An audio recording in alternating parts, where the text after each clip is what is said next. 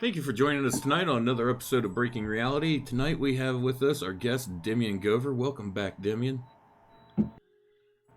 Josh, And how we doing? we're doing good. Tonight we are going to be continuing our series on the universal spiritual laws, and tonight we are going to be discussing the law of receiving, if I am correct. That's right. That's Absolutely. right. I'm keeping them in order for once. And I don't have my copy of Raymond Hollywell's book with me right now. It's out in the front room. I forgot to grab it and bring it back. I almost always hold That, it up at the beginning of the episode, and it's always that's backwards because okay. the cameras are always flipped. I always say with the universal laws, there's a lot of overlap. So it really doesn't matter what order we talk about them in. I like going, by the table of contents. Order is already established. Order is already established in the universe. Absolutely. And I do think that it does make a minor bit of importance on how they go, because they do kind of build on each other in this order that he's laid them out in the book. Because, Well, a good writer will yeah, do that. Yeah. yeah, A good teacher yeah. will do that. Yeah, and it just, to me, it makes sense because, as we're building on it, like coming up now on the law of receiving after talking about the law of attraction, it makes sense because now that we've started to work on manifesting things and are getting the idea of how to work on manifesting things into our life, we need to now start to prepare and learn how to receive those things into our life. Well, it's helpful to introduce that idea that first of all, mentalism, thought itself, Right, is the thing that you're doing this attracting with. right. And okay, let's start out the gate and talk about something really super serious before we go and start talking about the law of receiving. Um, I just want to get this out of the way because we want to make this very, very practical, but there's some obstacles in our thinking, and one of them is the idea of fault.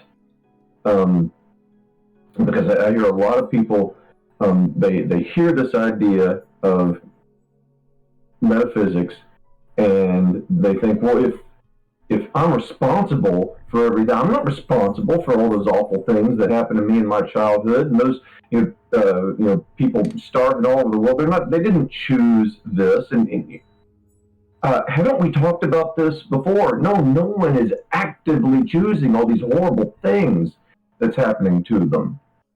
We're you can't take responsibility for something you don't know how to do, and and I'm sorry, we're talking about ultimate reality. We're talking about reality beyond our traumas. And if we're still in the state of mind that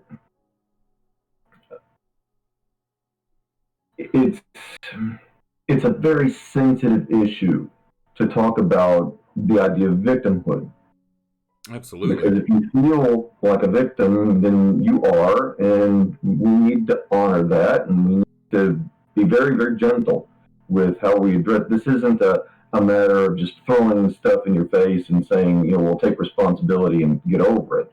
We're just saying that if you want to heal, you cannot maintain your current perspectives and opinions and heal at the same time.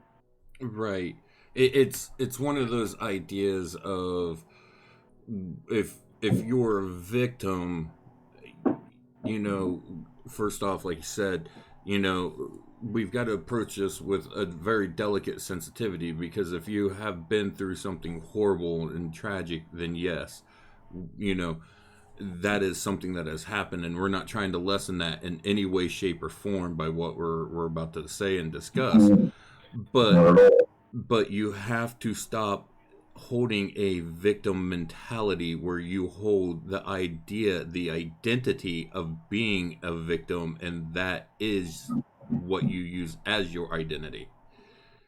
And it's like someone who's sick that constantly uses the identity of, for me, I have an autoimmune issue. So for me, of I, just like constantly saying, well, I have chronic illness. and making that my identity of I have this, so that's who I am. No, I'm Joshua McGuire. I happen to have a chronic illness. That's not who I am. That's just part of who I am. And it's a matter of moving beyond that victim identity, I guess is the way to put it. Yeah, physically I have limitations. I'm what 5'9". I'm never gonna. I was never gonna try out for the NBA. It just wasn't in the cards for me. This life. I wear glasses when I drive because I'm nearsighted. Um, I can't. I can't spend more than 15 or 20 minutes in direct sunlight, or I will turn. I'll start smelling like bacon. Um, Now, I have limitations as a human, but that doesn't. Those types of things don't stop me from doing the things that mean something to me. They don't stop me from doing the things that I want to do. Awful Right. things happened to me in my childhood, in my past, and I didn't want any of those things to happen to me. But my mind, my story, my unawareness and my ignorance at the time, and my fear, my worry, and my doubt, those those created the story for myself at that time. The truth is, I'm not experiencing that past. I'm remembering. And so in this present moment, I am making up a story about my past. Now, the events happened. I It's very, very difficult to change the past. I don't believe it's impossible, but it may be difficult. But you absolutely can change what it means, and Right. therefore you can absolutely change the future. Well, it's one of those things. I saw something just not too long ago that said, "Would you change the past if you could?" And this is a question I've been asked several times by people. Mhm. Would you change what happened to you in the past if you could? And honestly, no. I've had some horrible things happen to me in the past. I've had some terrible things happen to me in the past. But those things gave me the experience that I learned from, and that's where I gained wisdom, and I gained knowledge, and I gained understanding, and I learned from those things that happened, so that I'm who I am today. You know. And I spent too much time thinking that those things from my past broke me. Oh, I, same I, here. I spent too much time thinking that those things from my past made me less, and that I would have been freer, happier, healthier, wiser if those things hadn't happened to me. Absolutely. And it's just not true. I would have been more comfortable, maybe, Right. probably. But here's the thing. Um, we do not learn and grow from places of extreme comfort. Not at all. And of course, we would prefer that things had um, been easier for us. And we want to make things easier for the future generations. Um, the thing is, life is going to be difficult no matter what. No matter what we do, we're not going to make things so easy for people that they're going to get soft.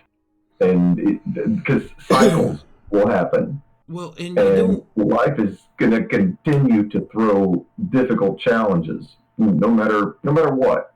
Well, and you don't want to do things to make life so easy that people aren't going to have experiences, aren't going to go through difficulties, and aren't going to learn.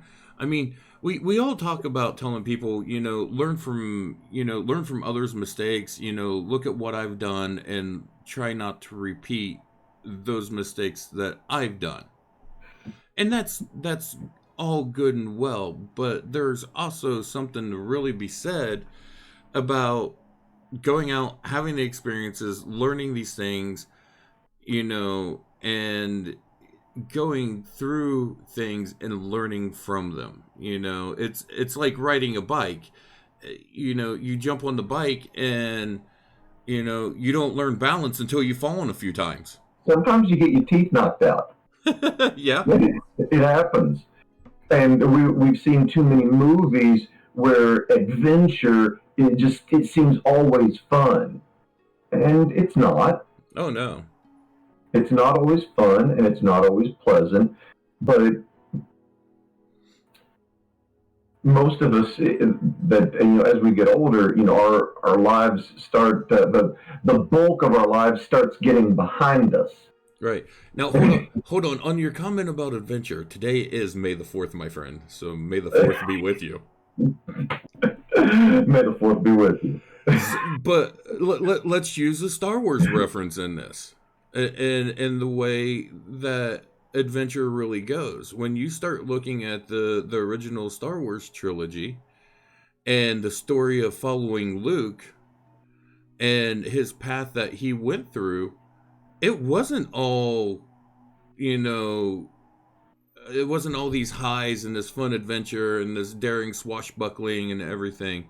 There was a lot of dark tragedy that he went through during the course of those movies that developed him into the hero he became at the end of the saga.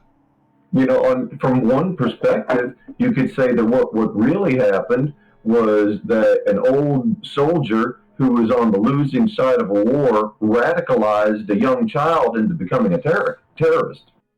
Very well, could be. Yeah, absolutely. Very well. I mean, and it's a matter of perspective, the way you look at it, but I mean, at the same time, one person's terrorist is another person's freedom fighter. Right? Exactly, and that is really true in a lot of instances and stuff. Now, there's some points where this person's just evil. Yeah, but even through that story, it's one of those things that even in his dark moments and stuff, Luke was learning to come through those hardships and stuff. And you see a lot of it when he's doing his training with Yoda in The Empire Strikes Back, where he's facing, he goes into the cave. That's good representation of some shadow work that he was doing right there, where he's facing his own darkness.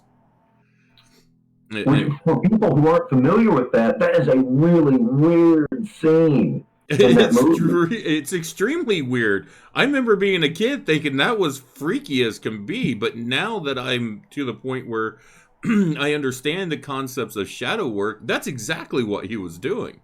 Yeah. And he was facing his own demons and his own darkness and his own shadows in order to become what he needed to work through his own processes and stuff. And what happens? He takes his weapons with him. Yoda says, "Your weapons, you will not need them." He takes his weapons with him. Yep. He's confronted with the thing he fears the most. Right. And when he pulls his weapon on the thing he fears the most, he looks down and he realizes it's him. Exactly. But does he make that connection? I mean, he sees it, but just because you see something doesn't mean you recognize what that means. Right. See, we see that. The audience sees that. I don't know if I don't remember if gosh, how old was I when was that? 1980 when I was 5 or 6 or whatever. I kinda understood what that meant, but not really, not to the depth that a person ought to understand that. Right. And you're always, if you fear something, what you should be fearing is yourself. Right. And your lack of understanding. Absolutely. We have Old Testament scripture that says that fear of the Lord is the beginning of all wisdom. Which, since we're talking about the universal laws, if you replace that Lord with the law, the laws of the universe, the laws of vibration, and mathematical perfection in your own mind, if you replace that with the Lord, then you might start to understand why you might want to be very, very aware. You might want to be very, very careful about the thoughts that you entertain in your mind. Oh, absolutely. Absolutely. And I just have to apologize to everyone. We had to bring a Star Wars reference into the show today. It had to be done. Yeah, we're preparing for the Revenge of the Fifth. Absolutely. And this is the May. This is the May. I don't know how many more corny Star Wars references we will make during the course of this show, but I imagine that will not be the end of them. We'll find out.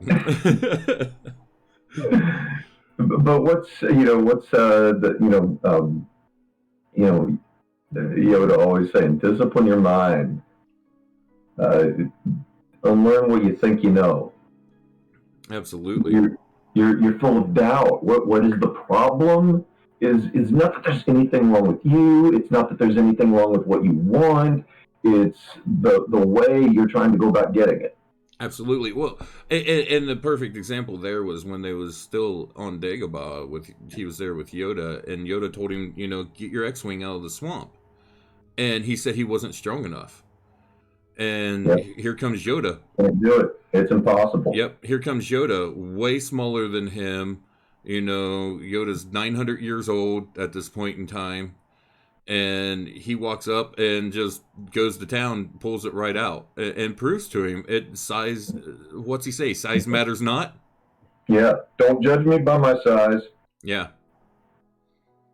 yeah, and what was being proved there? It wasn't his physical stature that was making these things happen. It was his ability that he had trained. It was a mental aspect. It was a psychological aspect that he had worked and focused and honed and trained. And that's what we do with these spiritual laws. Like we said, it all goes back to the law of thinking, which starts with how your mind works. And so we'll dive into the law of receiving. There, we're going to talk more about cause and effect at a later date, but this is essentially what we're going to be seeing.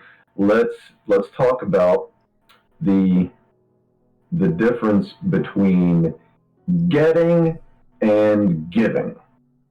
This is the crucial element of this lesson, and it is a lesson. The law of receiving says that we get back what we put out. We get what we give. In other terms, karma. Very much so. So if you put out fear, you're going to experience scary things. Now, are they really a threat? Are they really going to obliterate you? Yes, you'll feel pain. You will feel pain. You will feel confusion. You'll be overwhelmed by a lot of feelings of worry and doubt and fear and frustration and disappointment. But are any of these things injuring you? Are they really crippling you? And some people, they're paralyzed with worry. And so in that way, it feels crippling. Right. People can get to the point to where they are so fearful it brings about anxiety. It can bring about depression. It can bring about, some people can get so fearful over being around others that it brings on agoraphobia and stuff along those lines, which in a way can become very debilitating and very crippling. But it's also, there's also a big point to that of, you go back to working with the law of thinking and changing the way that you're thinking at things. I remember there was a point in my life where when I first started dealing with some of my anxiety and depression issues in my early 20s, I became very agoraphobic because I didn't want to be around people because I didn't want people to see me in that state. I started getting worried and concerned about what other people would think if I was out and I started to have an anxiety attack. Yeah. And so I got to the point to where I wouldn't go out to do my shopping unless it was the middle of the night. I lived in a place where at that point in time we had 24-hour stores and stuff, a rarity these days. But, I would go out 2, 3 o'clock in the morning because it was when the least amount of people was around. And Yeah. then the rest of the time I would lock myself down in my apartment and hide away from everything. And there was the people weren't it wasn't that if I went out at 3 o'clock in the afternoon that there was going to be someone out there that was going to attack me or cause me any kind of physical harm. There was no one out there who was going to harm me, but it was all in my own mind, in my head, that I was convinced that if someone saw me having a panic attack, they was going to think I was crazy or something was wrong, or and what other people would think. And one of the best things that ever happened to me in the course of my life was I got to the point where I stopped caring what other people think because I can't control what they think. Oh, isn't that liberating? It is the single most liberating thing I think I have ever had happen in my whole life. I think that was one of the single most liberating points in my life to this date, is where I got to the point to where I said, you know what? Whatever anyone else thinks about me, that is on them. It is not on me. I can't control that. And the only thing that I can control is me, and live my life the best I can by the truths that I know to be true in my heart, and follow those. At And the time, yes, whatever you believe to be true at the time, and absolutely. Because those things evolve through time as you grow. they should change. They should evolve.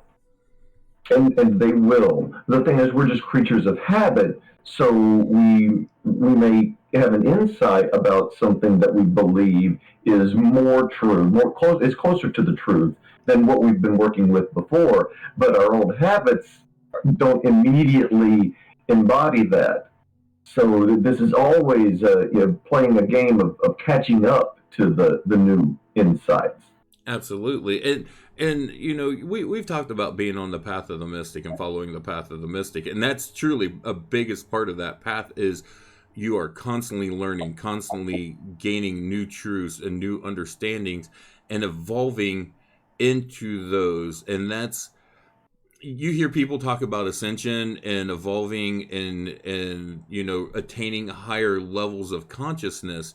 And that's truly what it is as you learn new truths, accepting those truths and rising up to them, instead of trying to stay stuck in your old ways.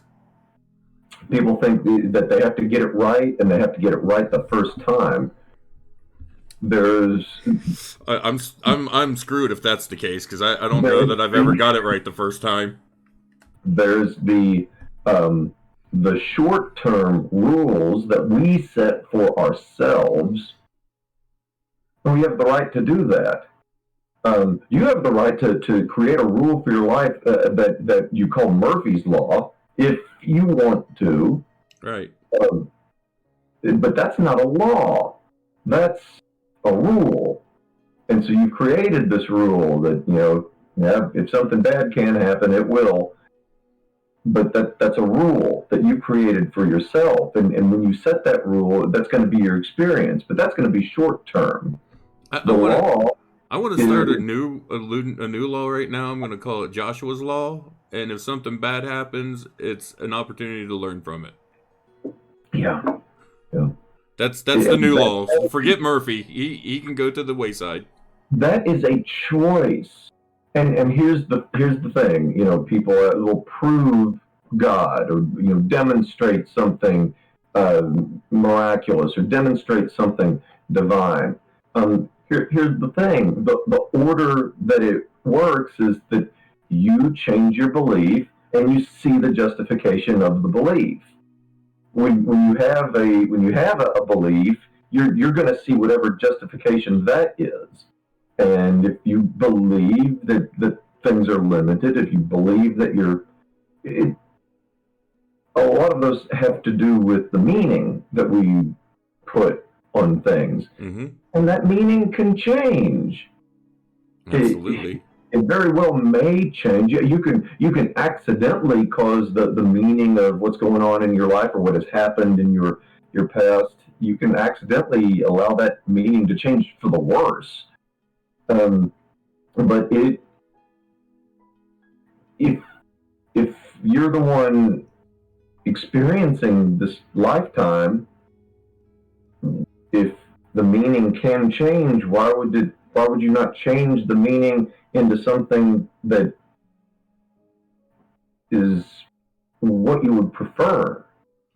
Because a lot of people don't realize they have the power to do that.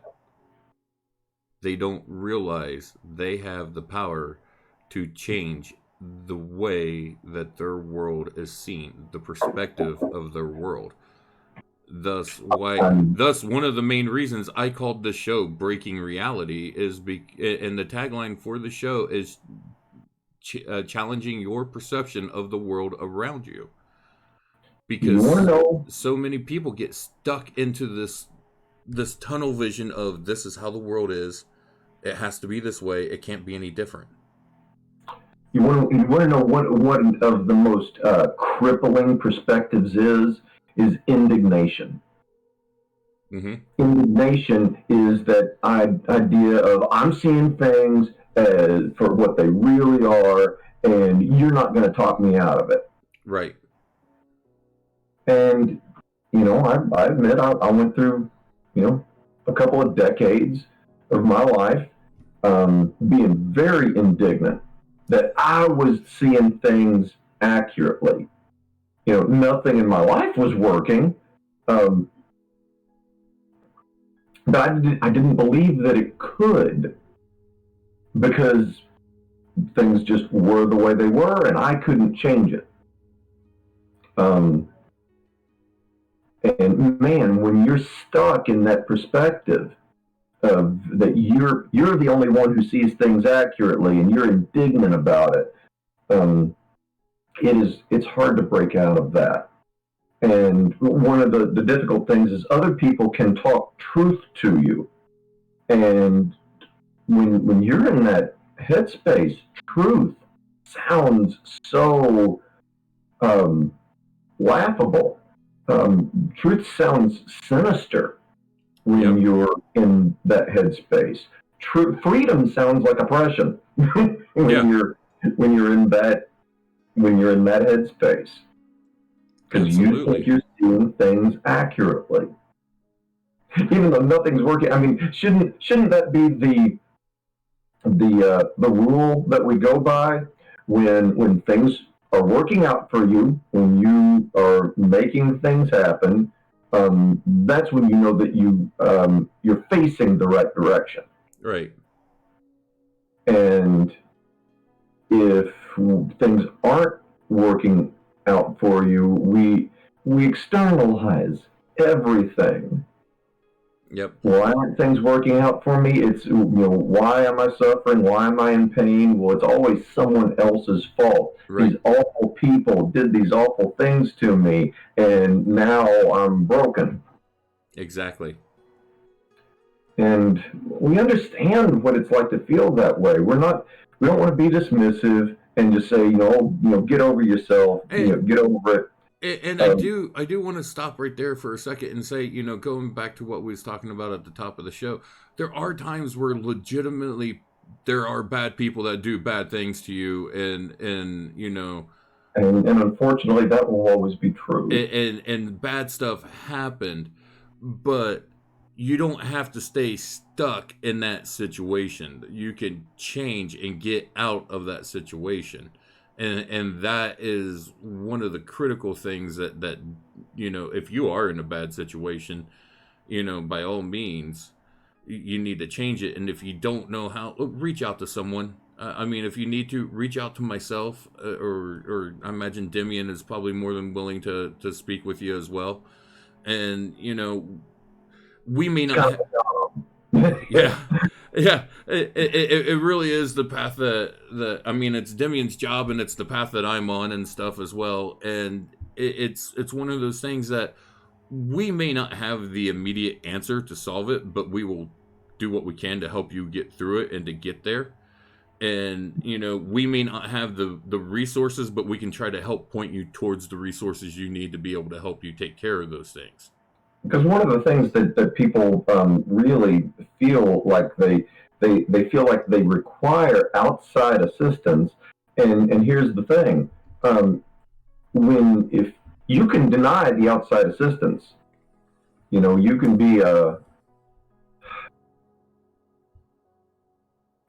you can be in a horribly um, oppressive situation, and a hero can come in and swoop down and try to rescue you, and you can take a baseball bat to them because you're stuck in the mentality of defending your home, and you created a home with an abuser, and those types of things. So just because you get that outside assistance doesn't mean that you're going to accept it. When you do accept it, and you allow someone else to help you out of the situation, yeah, it has the appearance of receiving outside assistance, but you're the one who had to mentally accept it. And that's always going to be true. You can accept or deny ideas. Right. And that goes back to something else that I've said, and I know I've said it to you, and I think I've said it on the show a few different times. When we start talking about healers, and especially in some of the aspects of plant medicines and different things that we work with, a healer doesn't come to someone and heal them. What a healer does is a healer comes to a person and shows them the keys within themselves to heal themselves. Yeah. I can't heal Demian Gover. If Demian needs something, I can't heal you, but I might be able to show you the path and the keys to be able to help you. Yeah, what you can do is you can send that energy. Right. If I feel that energy coming my way, I can deny it. Right. You work as a conduit and a vessel that can send that energy out and through, receive it and send it through, and then it's up to the other person, like you said, whether to accept it or deny it. And if they deny Yeah. it, there is nothing in the world that you can do to make them accept it. Nothing. If I'm committed to a perpetual state of worry, your that is going to be stronger than your Absolutely. healing energy. Now, of course, when we spend time with people and we talk about things, we help each other feel comfortable, we help each other feel secure, we help each other feel safe and heard and validated. And we start realizing that I, as an individual, I can trust myself, even if I And even this if I have a is hard time trusting other and people. this is right along the lines of the law of receiving, because what we're doing is we're working on giving each other that trust and receiving that trust in turn. It's that So give and that receive. It's that here's cause and the effect. here's the ultimate lesson of the law of receiving is that you get back what you put out. So the what is the method of receiving? The method is to give. Yes. Is to give, to give, to give. Now, of course, some people are like, "Oh, I do give. I give till it hurts." Well, no. Most of the time, when people give, what they're really looking is for an exchange. Right. They're not working with the law. They're trying to supersede the law. They're trying to manipulate it in a They're way. trying, they're trying to manipulate it, It's and like, convince. They're trying to convince something that they think is outside themselves. Well, I gave and gave and gave to you. Why are you not giving me anything back? right. Well, it's like in the Old Testament, it talks about, you giving, so much of your tithes, and, you'll be blessings in abundance will be returned upon you.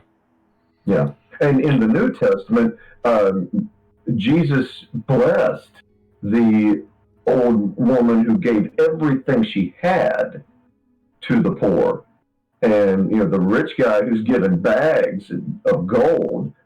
He's like, yeah, that's no big deal. The guy's rich.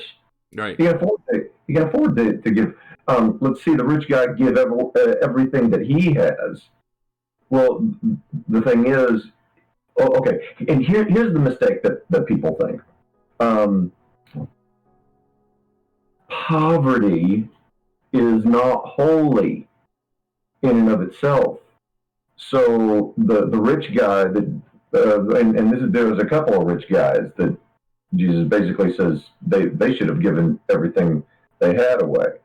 Um, After Jesus' crucifixion, Peter welcomes a couple into the group, and they say that they've given everything that they have. That they lied about it, and so God smote them, as it were. But they didn't have to. Peter said, if you wanted to keep something for yourself, that's fine. That's no problem. But you lied. You said that you gave everything, but it's not true. Right. And so this is an injunction for us to be honest with ourselves. But if we give everything that we have and we give it out of love, what we're going to receive is multiple fold of what we give. And so everyone's racking their brain trying to figure out, well, wait a minute, I worked hard for this paycheck, and if I give it all away, then I won't be able to pay my bills. And okay, you've done messed up. Yeah.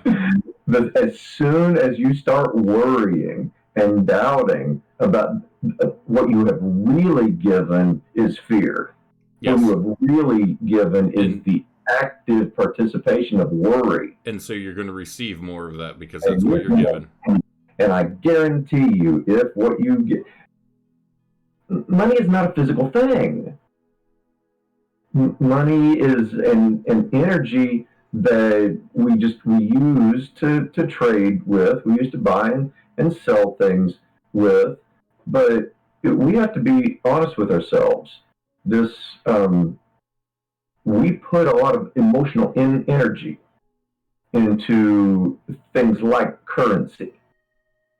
We put a lot of emotional energy into money. Mm-hmm. And so when we use money, when we buy things, or when we sell things, and we give a product or service, and then we receive money in return, we get emotional about it. Let's be honest. Absolutely. We get emotional about it. For just an example, all right, let's say you go out to dinner somewhere and you're going to pay money for a fancy dinner, mm-hmm. and things don't go exactly the way that you want them to, or your food shows up not exactly how you want. What is your response to that? What do you call it? You call it a waste. Exactly. You call it a waste of money. Yep. You get emotional about it. Well, that's your choice, and you think you just call. I love that. I call it as I see it. Oh, wow. Yeah, I love that. I'm just being honest. I call it as I see it. I'm a realist. Okay. Yeah. And funny thing is, I used to be that guy. I used to be. Yeah. I know. And as I've started down this path, it's I was actually just talking with another brother before the show and stuff, and we was talking about some stuff that we're working on. And I actually want to talk to you about that later, so we need to chat. Sure. But we was laying out a structure for a program that we're wanting to work in a group that we're wanting to do some work with. And I told him, I said, man, we have got to make sure we are very fluid in this. We cannot, be drawing hard lines and rigid lines and saying we have to follow things like this or this group's not going to be a success. I said, because the moment we do that, we're going to fail. Because the truth of matters being is, as we're working with people that we're going to be doing, we have to be able to, honestly, I think Christ is who said it, you got to go meet people where they're at. We have to go meet people where they're at. So if we start saying, well, we're going to do this, and this, and we're not there to willingly be able to meet the folks that we're wanting to work with where they're at, we've already set ourselves up for failure. You can't sit down and break bread with people by telling them all the things that are wrong with them. Absolutely not. Trust me, I've been at meals like that, and I end up getting up, where someone's wanting to say, "Well, here's what's wrong," and lay into me for something, instead of, if you want to tell me things that I need to change, sit down with me, let's break bread and say, "Hey, I see some things that maybe you could be doing better. Let's work on seeing how we can do this." Yeah, the gospel isn't good news just because you say it is. Right. It actually has to be good news. Well, it's funny because and I've seen this even lately is and it's popped up several times in different situations with people where they said, "Hey, I tried to go to church and stuff, and I was having difficult times. I was involved in some things that I shouldn't have been involved in, and I was trying to get into a better path to get out of these things. But I went to church and I was judged because I was a sinner." Well, if church isn't for sinners, then who is it for? Yeah. Because the righteous sure doesn't need it. Isn't a church supposed to be a spiritual hospital? Exactly. That's, The healthy don't need a hospital. that's what Jesus said. Hey, wise words spoken from a wise man. Yeah. And it's Need truth. a physician. The people who already have this figured out, their church should be wherever they are. Absolutely. Back in the early days of the Christian church, it wasn't a building. It was wherever the people were. They didn't have, you A church, know, yeah. And that's and they literally met in different people's homes and houses because they were being hunted during those days. to share what with each other? Good news. And to share what was the main thing Jesus said that we had to do? Love one another. As you would love yourself. Exactly. And it was, the other commandment he gave was love the Lord thy God above all others. Now, see, that's the tricky part right there. Because if you were to just give a bumper sticker of what would actually work, trust God would cover everything. But if you don't know what trust means and you don't know what God is, well, that's not going to be very helpful. No. So this energy that we're getting out, and money is just a really good example. But what are we actually giving out? So we say, I give and give and give, or I help and help and help, and these people just take and take and take, and I'm feeling drained from it. Well, what are you actually giving? Well, what you're giving is, well, why won't these people just straighten up and fly right? Okay, so what you're giving is a lot of judgment. All right. And so, but I expect that they're going to figure things out. No, what you expect is that you're going to continue to be frustrated. What you expect is that you're going to continue to be disappointed. And so, lo and behold, here we are. Absolutely. So what emotional energy, what thought energy are you focused on? What are you giving? And whatever that is what you will receive. And of course, again, I'll say this over and over again: you won't see it, you won't experience it until after you've done it. Mm-hmm. And so, in the beginning, it feels like blind faith, but we're talking about making mental changes that change your mental experience, because your physical experience in the material world, it has to shift and change to suit the energy that you're putting out. Right. And you can trust that, you can believe in it. You can believe in stuff and not actually do it. Oh, yeah. And you won't see any changes occur in your material world at all. I think a lot of people, they believe in stuff, but their their subconscious habits are to believe in the limitation of their current material conditions. Yeah, and you, I mean, I see that in the churches and stuff a lot, where people say they believe one thing, but then you see their actions and their words outside of the church limiting them and bogging them down into things because it's like I've our community where I live was hit really hard back in 2008 when the economic bubble collapsed.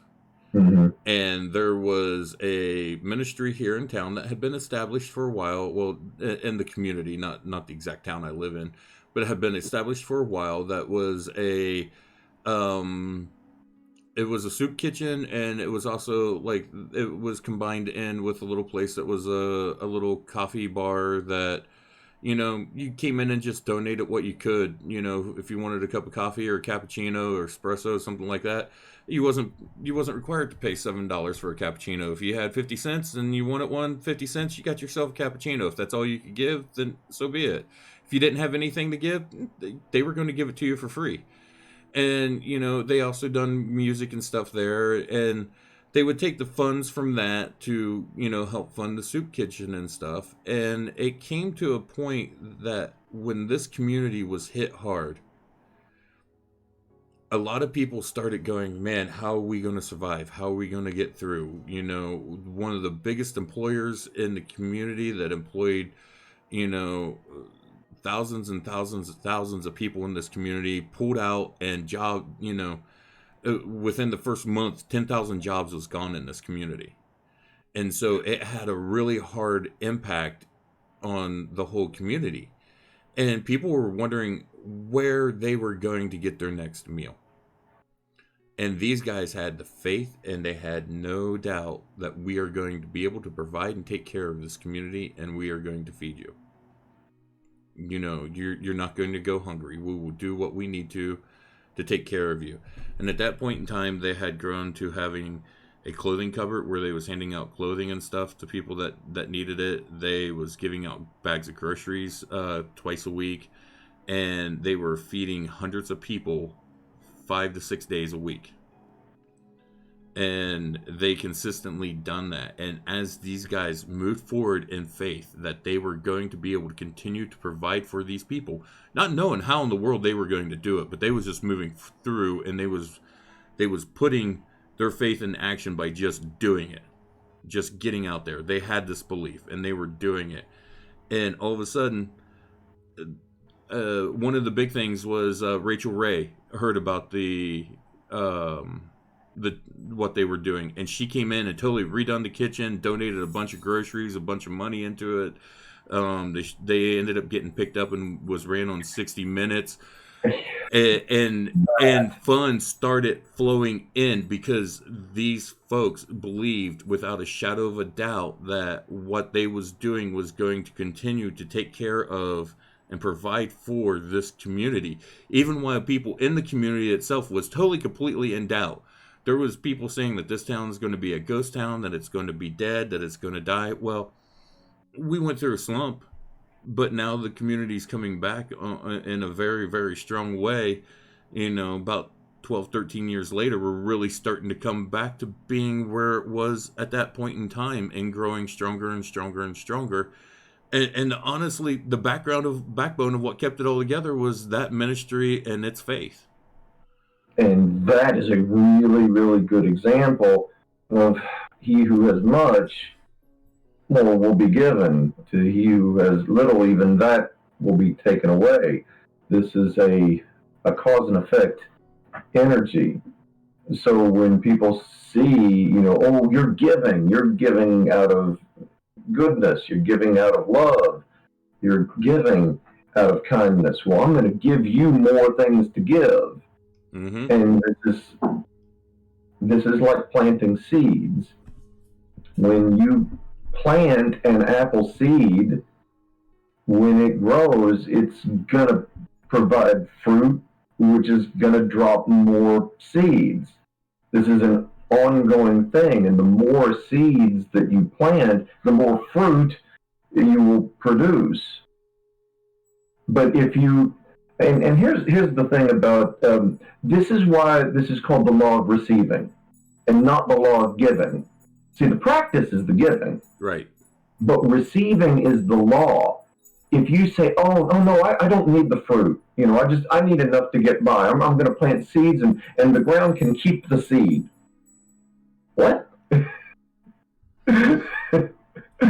That's not It's not that's how not it how works. reality works. When you plant a seed, there are consequences for that. And when you give out of love and kindness, there are consequences for that. When you plant a seed, it eventually, if you plant enough seeds, eventually they are going to grow and they are going to bear fruit. And the more seeds you plant, the more fruit drops more seeds. This is an ongoing thing.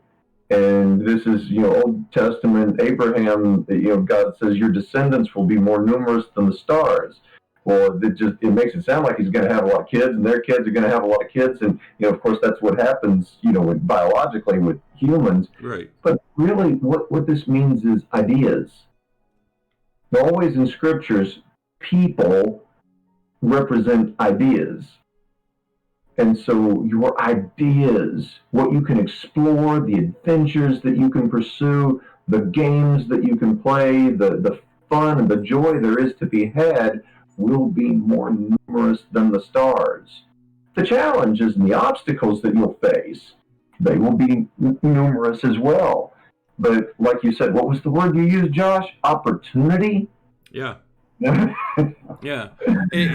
It's the challenges and the difficulties and the struggles they really are opportunities for us to learn to grow and to look deep into ourselves during that. And I tell you what, even this past pandemic that we've been going through this last year, I've seen a lot of people talking about how horrible and everything it was. And yes, it's horrible. It still is. There's over in India, there's massive loss of life going on right now. We've had massive loss of life all around the world because of this. I lost people very dear to me during the course of this already. But it's one of the things that I saw and that I've seen out of this is it has forced people to sit with themselves and take a look at themselves. It has become an opportunity and a time during this challenge to really grow as an individual, and from that to also grow as a community and as a society by learning from not just what we have to deal with collectively, but growing as individuals. And when we grow as an individual, that's going to affect our community, that's going to affect our culture, that's going to affect our society as we all come together and raise up individually. Last year took a lot from a lot of people, and not even for myself, not even due to COVID. But I lost two family members and a very close friend. Um, and was lucky, I felt, to even be able to go to one of their funerals. Mm-hmm. Um, so yeah, last year took a lot from all of us. It was very challenging. But at the same time, with those challenges, there was so many opportunities to learn how to go deeper and how to grow and how to rise up out of all of this. And Well, my wife and I planted a garden during that time. yeah, hey, oops, hold on. I accidentally hit a button and brought something up on the screen. But no, it's a perfect opportunity to do things like that. Yeah. And out of that garden, you guys have probably got so many things that's come out of there, so many seeds, so much fruit that you guys can continue on the garden again this year. So we canned a bunch of stuff. Our garage is a whole wall is filled with canned goods now. And yeah, we're planning. We waited until the frost passed and just planted a bunch of stuff last week. Absolutely. And I have a feeling I know where a lot of that stuff's going. It's probably a lot of it's probably going right back into the church into some of that amazing, amazing soup that you guys make for everyone. When we have the opportunity to. Yeah. Yeah, we're kind of famous for our soup. I'm pretty sure. I'm pretty sure there might be some repeat people that's coming down there. That's there maybe more for the soup than the plant medicines. Well, after a visionary journey, pretty much anything tastes delicious. Oh yeah, you give me a piece of cardboard and it's going to taste amazing. But yeah, but getting back to the topic of tonight though, and even going, you know what, going back into the church with what you guys do with the Peaceful Mountain Way, everything that you guys give out there, so much comes back in. So much comes back into the church. Maybe not so much in financial ways or anything else, but it comes back in different ways. And just I'm not going to go into saying anything too intense because of I want to keep people's stories to them. But there are people that yeah, I don't like to call people out, right. But there are people that have come through the church who have had these experiences because of the love that you and Tina and all the staff down at the Peaceful Mountain Way put out when you're working with people with these medicines and all the other work that you do with people down there. And it's not just the plant medicine. There's so much more that goes on besides just that. You work with people on a very deep level. Yeah. And even today, I saw where someone had said something about their experiences changed their life and took them from a point of being where they thought they were totally, completely lost to where they are thriving now. I'm not going to give any of the details or anything out. Those who know that, but that is in turn, honestly, doing something that was going to kill them. Yes. And now they're thriving. They're healthy. They're good. They're out there working to help others, and that energy comes back into the church and into you guys because of what you put out there. That pays it forward. Yes. See, that's us investing in people. Investing that education and that just helping people realize that they have more within them than they know. Absolutely. It gives them an opportunity to pull those things out and pass those things on. And I think that's also, I really want to touch on that because I think that's a very important part of the law of receiving is what we give out, we may not necessarily receive, we will receive it back in a way, but it may be paid forward onto someone else. And that can end up having a dramatic impact over the whole spectrum of things as people continue to pay it forward and continue to pay it forward and continue on.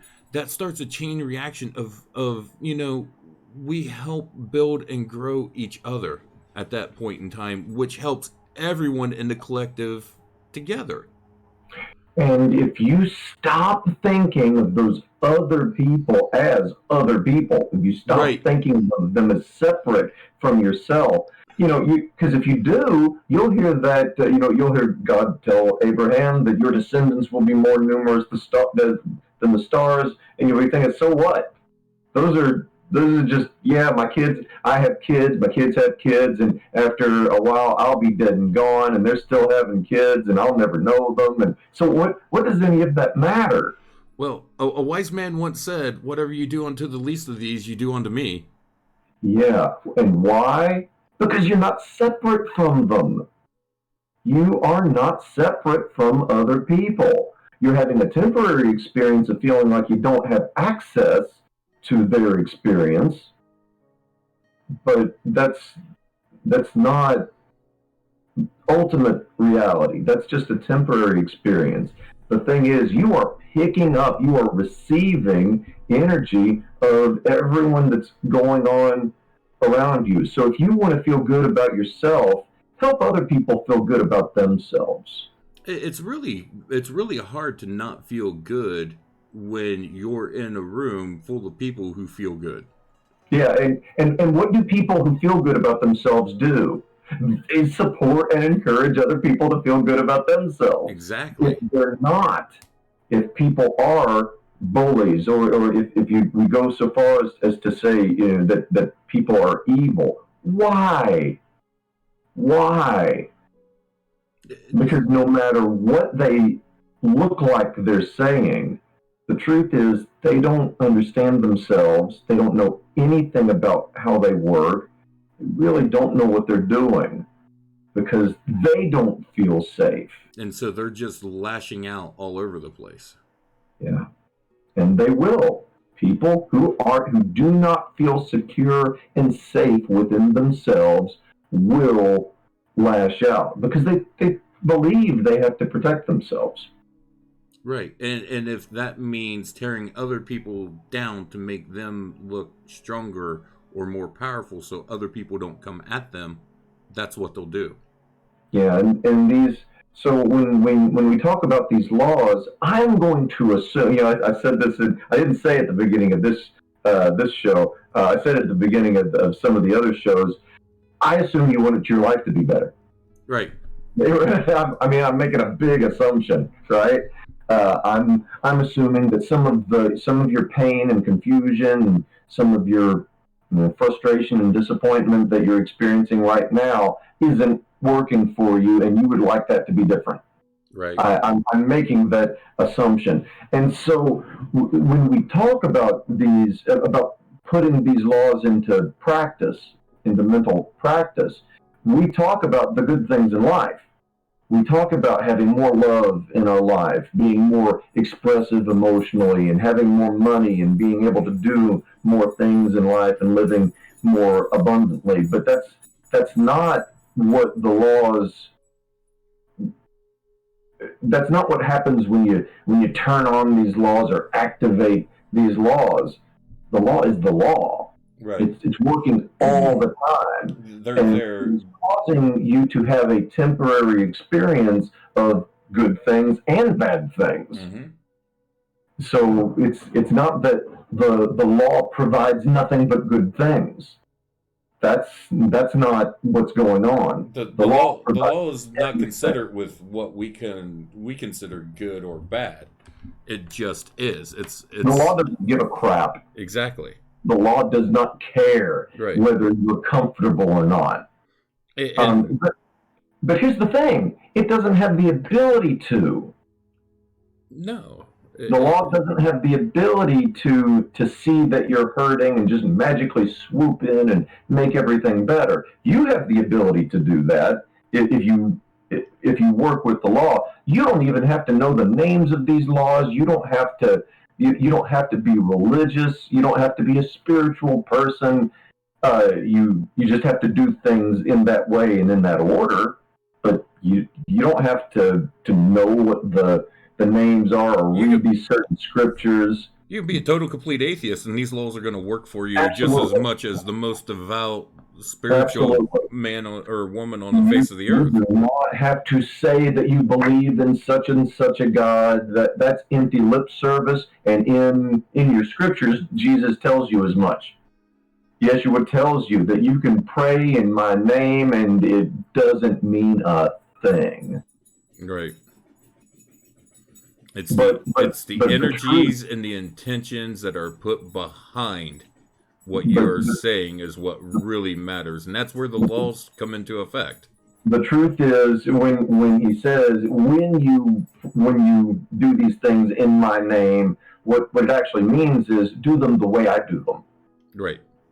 because the word is thought. The word symbolizes thought. The name, saying the name out loud does nothing. Does absolutely nothing. Okay. But doing it mentally in that way does everything. Cannon just posted up in the chat. He says, "I cried out to God, please heal this land. Then He put His love inside me." Yeah, yeah. We can say, well, if there's an all-knowing, all-powerful, all-loving God, well, why does He allow all these awful things to happen? And God's just looking down and saying, yeah, why do you? All right. Why do you allow all these awful things to happen?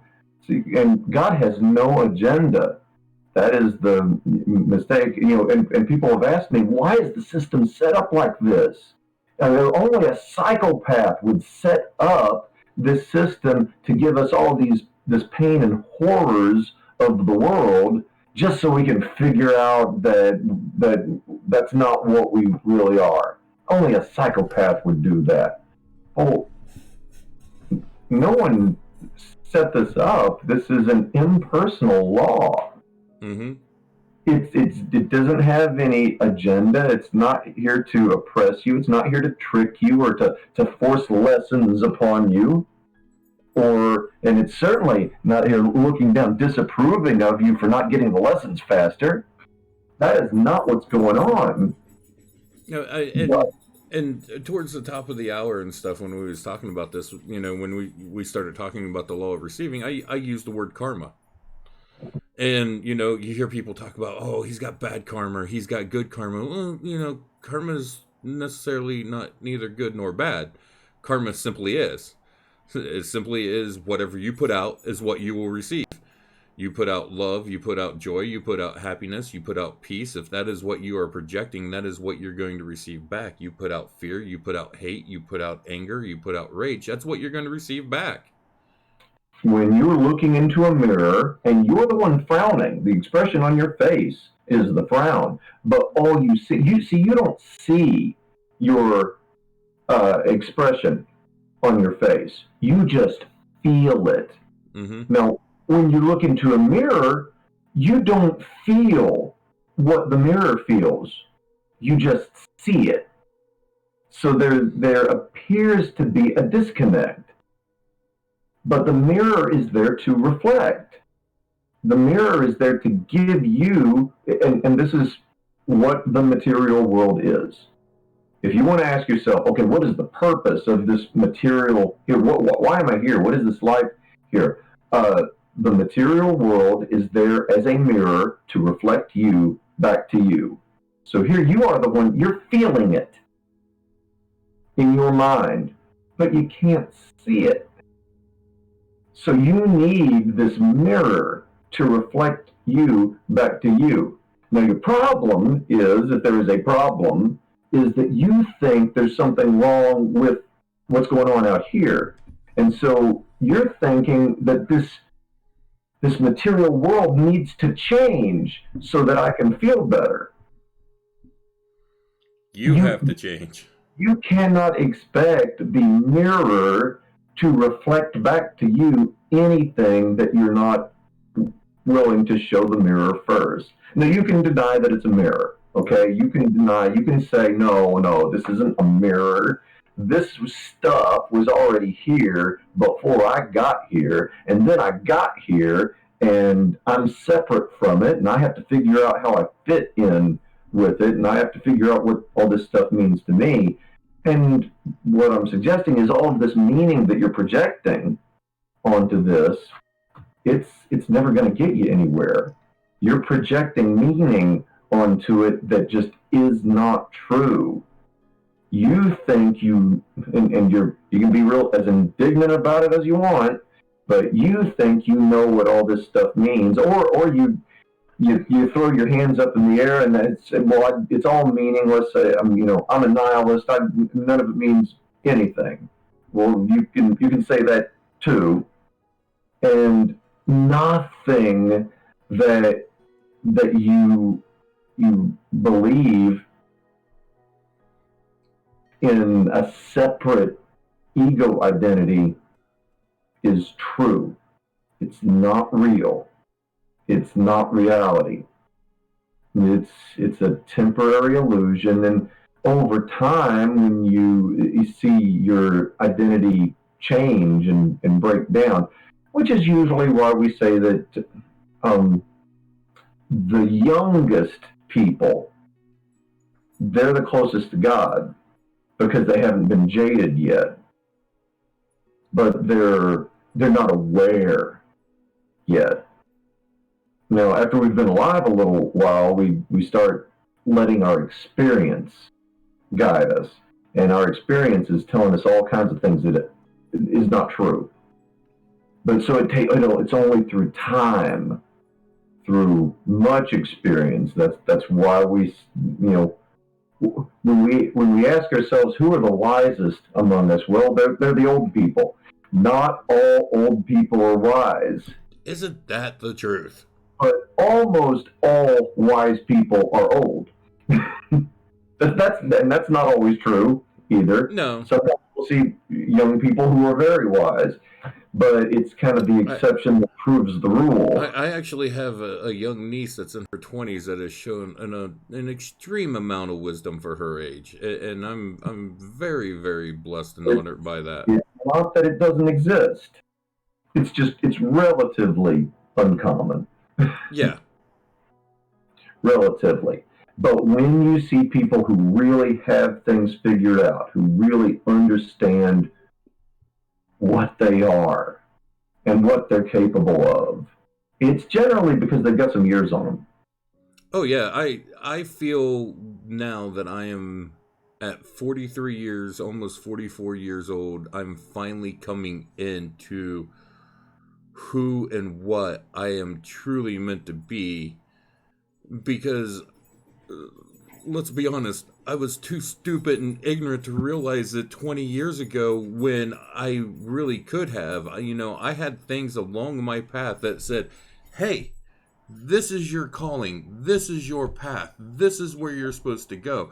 I've talked about I had my initial initiation into the path of the mystic at age 15 years old. I was being inducted, but I didn't have the wisdom to know that's where I was starting out. I learned a lot along the way, and I made a lot of mistakes, and there's points and times where I even tried to turn totally completely away from this path, and it was just sorrow and heartache and pain and suffering because I wasn't coming into alignment with what I was really truly supposed to be doing, and who I really truly am at the core of everything. I and to be honest, I was chasing things like financial.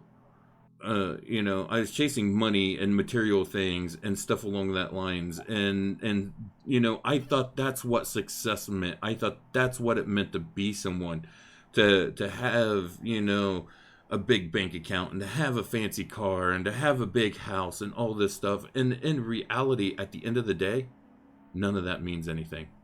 It doesn't mean a thing. You can have it if you want it. Some people are just There, really into cars. there's nothing wrong with it if Some you people do are have really it. into architecture, and they love to, be able to look, around and see what they're comforted by. Right. You become what you behold. Yeah, But none absolutely. of it means anything. None of it has a single thing to do with your value or your worth or what you've earned or what you deserve. Exactly. I mean, you look at some of the people that you think of when you think of people that are just rich. I mean, like Elon Musk and Bill Gates, just a couple of examples that come to mind right off the top. These guys are loaded. They have tons of money. They do all kinds of crazy stuff with their money.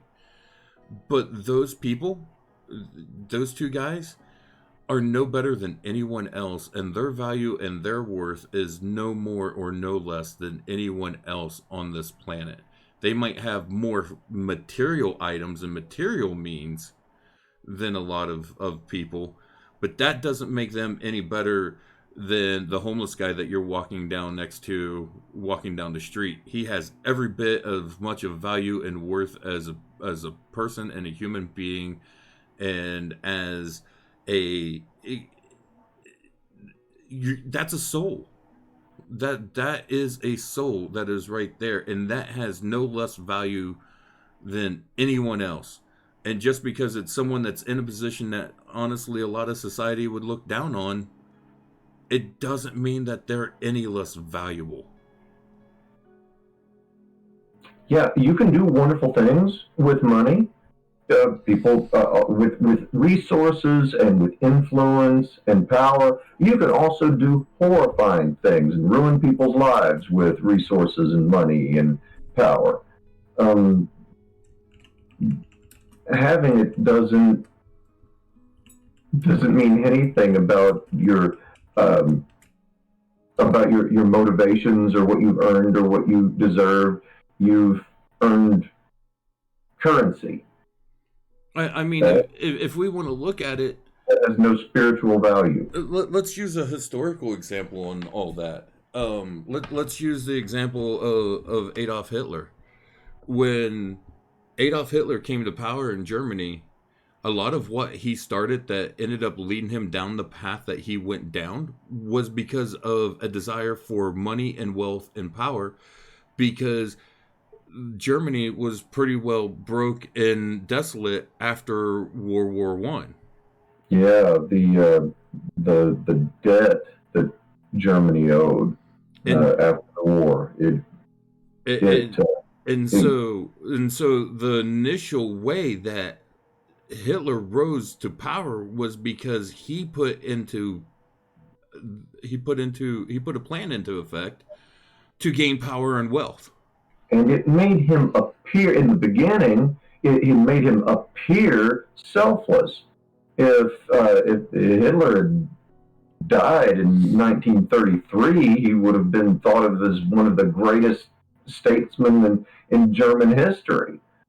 Um, it was the things that he did after that, out Mm-hmm. of greed The desire for and power selfishness. and to build up this and it,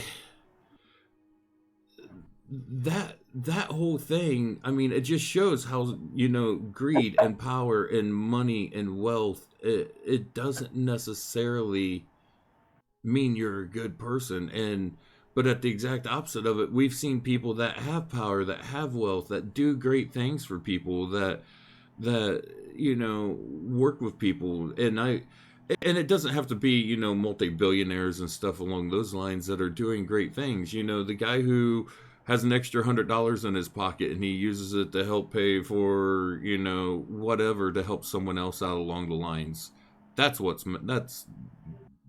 showing that extra abundance is there to help everyone. While you do have the right to defend yourself and you have the right to pursue whatever you want to earn money or whatever, um, you don't have the right to invade other people's countries. You don't have the right to, your, even in the United States, we like to talk about rights and we like to say things like, well, my rights end where yours begin, but we don't live by that. We don't honor that. You don't have to invade another country to to overstep the limits of what you have the right to. But you would only do that if you really believed that you're separate from the other individual. Right. And I think, honestly, at the end of the day, the sooner everyone can come to the fact and realize the concept and the idea of oneness, that we are all connected, that we are all one.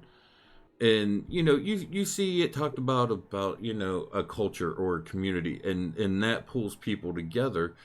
But we need to even take that onto a higher level, into a higher scale of the fact that I don't care what color your skin is, I don't care what your sexuality is, I don't care what your religion is, I don't care about any of that. At the end of the day, we're all connected. If you do limit that, if you limit that oneness in any way, there's either universal oneness or there's cults. Exactly. If you say, "Oh yes, everyone in my nation," well, that's nationalism. Everyone in my country, we are one together, and those people on the other side of the river, they're them, and we're us. That's a temporary identity, and you can be proud of that. You can.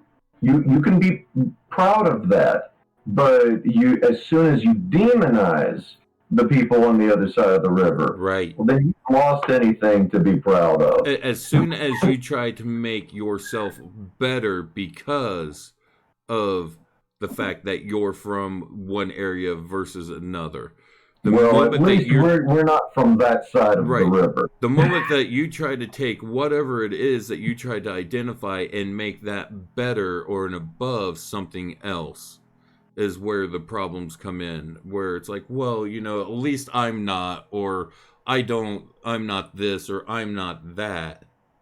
Yeshua says in heaven there's no marriages in heaven.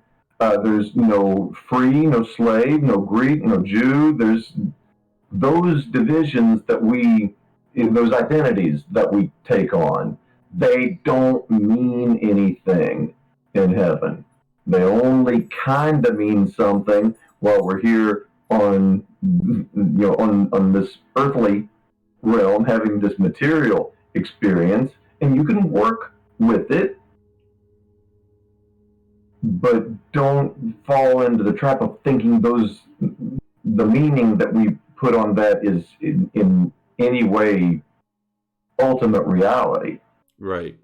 It's it's temporary. It's transient. In another lifetime, you're the guy on the other side of the river, and from and and then the conversation starts to get weird, because from another point of view, you're the flowers and the trees, and you're the dirt and the sand and the rocks and the air and the stars. That's from a different perspective. But the thing is, you can only imagine what it's like to be from that perspective. You you might not you might not be able to fathom, having an experience from the perspective of the dirt. But here we are. But we're not the dirt. We're humans. We're having an experience of being human, and so we have the ability to imagine. We have the ability to be aware, and we're not using that awareness for what it could be used for. I like the saying best that we are the cosmos having an experience as a human. We're having a human experience. We are cosmic energy that has taken a human form to have a human experience. But and what is that cosmic energy capable of? Is it just capable of colliding and exploding and having reactions, or like quantum physicists are now saying about the observable universe, is that it is thinking? it's alive. Yeah. There's a conscience. It's which gets into the concept and the idea, and this is what I know you believe and I believe, is a universal collective consciousness, that we are all connected, we are all one, we are all part of that, and we have to break down our own individual identities to join in with that consciousness. And it has infinite creative potential. But here's the thing: it doesn't have an agenda. Absolutely not. We can only have an agenda. We can only have a plan from our human point of view. Right. I don't believe that the universal intelligence that we call God, don't believe it has desires. I don't believe it wants or needs anything, because being infinite intelligence, it already knows that it has it. Right. But it has, because it must express, and it must express infinitely. And so here we are, being an expression of that infinite intelligence. and not knowing what it is that we're receiving.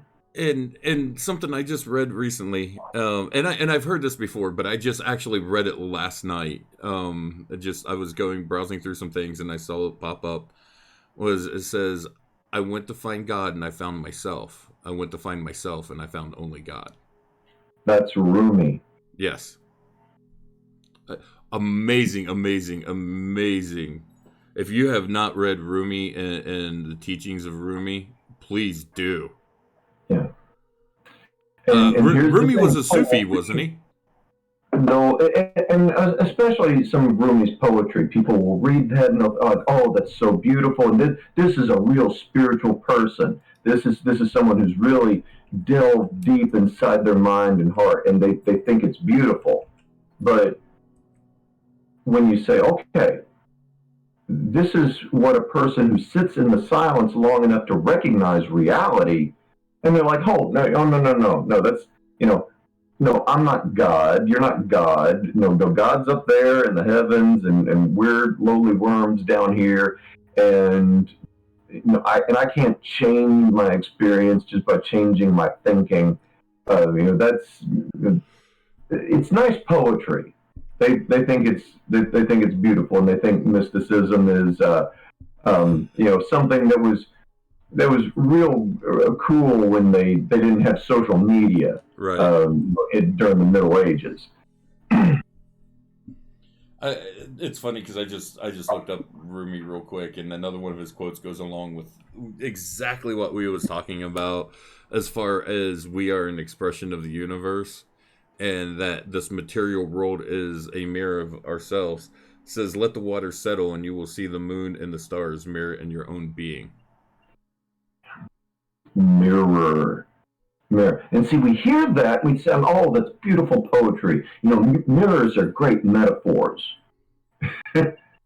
No, he's describing reality. Yes.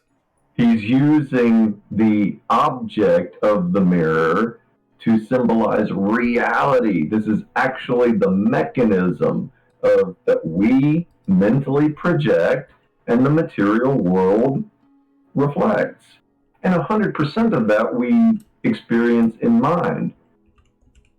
And I love when people say, you can't just think your way into it. There's things that you have to do. And yes, your physical body will get up and do whatever your subconscious is convinced of. It must. It doesn't have an alternative. Your physical body gets up and does stuff. Mm-hmm. And you have to allow that. And do you allow that physically? You can't do anything with this physical body unless you are animated by your mind. Your physical body is a mass of dirt. Mm-hmm. It begins and ends from the time that you desire experience to the time that you get up and do the experience in active motion, to the time that you are either satisfied or dissatisfied emotionally by the results of that experience. From alpha to omega, you are experiencing 100% of everything in mind. Absolutely. And it takes energy to do all of that, and that energy is that cosmic energy that we was talking about, that we're just embodied in this suit of stardust. And exhaustion, fatigue, those are a type of energy as well. And so we think, oh, I just don't have the strength I don't have the energy to get up and do these things. Well, the only reason that could be true is because the only reason you could feel that way is because that is the energy that you're embodying. Energy can have different qualities. Mm-hmm. And so it's not that you feel like, oh, I just don't have the energy. In in a way that's kind of true, but in another way is that you've transmuted that energy into the energy of feeling exhausted. Right. And you didn't know that you were doing that. You were doing that completely through unawareness. And it's not a person's fault that they don't know how to transmute it to a different energy. People literally, they spend their entire lives exploring their mind and consciousness to try to figure these things out for themselves. So, don't get too hard on yourself if you're like, oh, I just want to do so much, but I'm just so tired. Demian, you said a word there twice that is a word that I absolutely love. Transmute. Yes. And Yeah. and I want to touch more on that, but I want to do that in a different series with you. Sure. When we wrap up this universal laws, this series on the universal spiritual laws, let's dive into alchemy Transmutation. and what alchemy truly is. Yeah. Because it follows into the Hermetics, which Michael Bai is going to be coming on the 13th. We're going to talk about the Hermetics some, and but transmutation and the transmutation of energy is the true secrets of what alchemy really is. It's not the transmutation of lead into gold, which they would have you No, believe those during. symbols. Yeah, That's symbolic. exactly. And that symbolic imagery is what a lot of people thought this truly meant during, the medieval days and stuff. And they was trying to chase, taking, lead and turning it into gold, or coal into silver and stuff along those lines. And Symbolically, water represents infinite consciousness. Stone represents that same infinite consciousness, only hidden. Silver represents knowledge, and gold represents wisdom. uh, There's everything that's spoken of in scriptures or in these alchemical instructions. They're symbols. And all of them mean something about what you can do in your mind. absolutely. Cannon just asked, what is exhaustion a mirror for? What kind of beliefs? Limitation. It is absolutely limitation. It's not real. It's not true. But see, we've come to this planet to have a material experience, and in order to do so, we have to accept a certain amount of ground rules to participate in it. We have to have the experience of time and moving, excuse me, moving through spatial distance. I don't necessarily like those concepts, but we're forced to deal with them at this point in time. Yeah. They're not reality. They're not true in the strict sense. They are temporary experiences. And the thing is, if you didn't get tired, you would just go and go and go. If you didn't have a life cycle where you were born, you grow, you do stuff, and then you get old and die, or not everyone grows old. See, people think, that's not fair.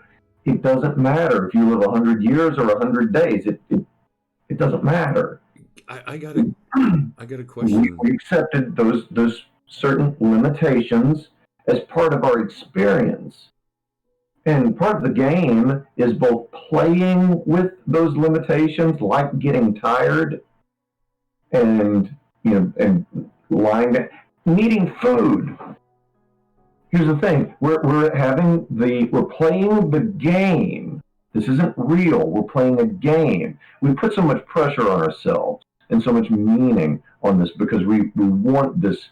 Well, we don't want it to be real. We believe that it's real. We believe it's real so much. We're like, well, here's how I prove it's real. I'm going to stop breathing. I'm going to get uncomfortable real quick. The show's going to get real boring real quick if you stop breathing too. Some people call it the rule of three. Some people call it the rule of four. It's roughly 3 or 4. You can go 3 or 4 months without food. You can go 3 or 4 days without water. You can go 3 or 4 minutes without air. These are the in Maslow's hierarchy of needs. These are the first things that we need. We have accepted these limitations. We got to breathe. So That we have to eat. We have to drink. If we do not do these things, we will die. I want to. So those are the limitations. But the thing is, the thing is, when we die, we're afraid that that's going to be the end. No. I want to interrupt for a second on this because something that you said it made me want to go back and touch on the work with plant medicines and stuff. Sure. You talked about we're here to having a human experience, and we have to do that through time and moving, spatial movement. Mm-hmm. From my experiences, and I imagine from yours and probably most other people's experiences, when you use plant medicines, you do not experience those during that time frame. Well, you experience them; they're just warped. They're different. But we're not. You're working in this realm, but not in this realm, in a way. You can have the experience in altered states of consciousness. You can have the experience where time is distorted, where time seems to slow down. Like you've got a VHS tape and something is stopping the tape from moving forward, or things can be sped up. Time can be distorted in both directions. I've had both experiences. And you can have experiences where you feel like you're having thousands of years of experience, and you come back to your human perspective, and it's been a couple of hours. But you can also have experiences where your material body seems to disappear. You're not aware of the physical form. You can be aware in a way that direction doesn't mean anything. Where from our human self, we've got eyes in the front. We've got this wonderful thing. For people who have two eyes, we've got this wonderful thing called binocular vision, and it allows us to see three-dimensional perspective. But it's only facing so far. Our peripheral vision doesn't allow us to see behind ourselves. Humans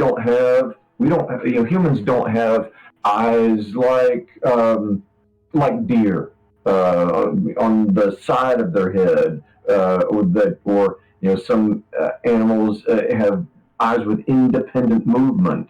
We're so used to the perspective of facing to the front. And if we want to see what's behind us, we have to physically turn around. Well, in altered states of consciousness, you can have the sensation where there's no such thing as behind. There's no such thing as above or below or within or without. You'd have the sensation of seeing everything in all directions at once.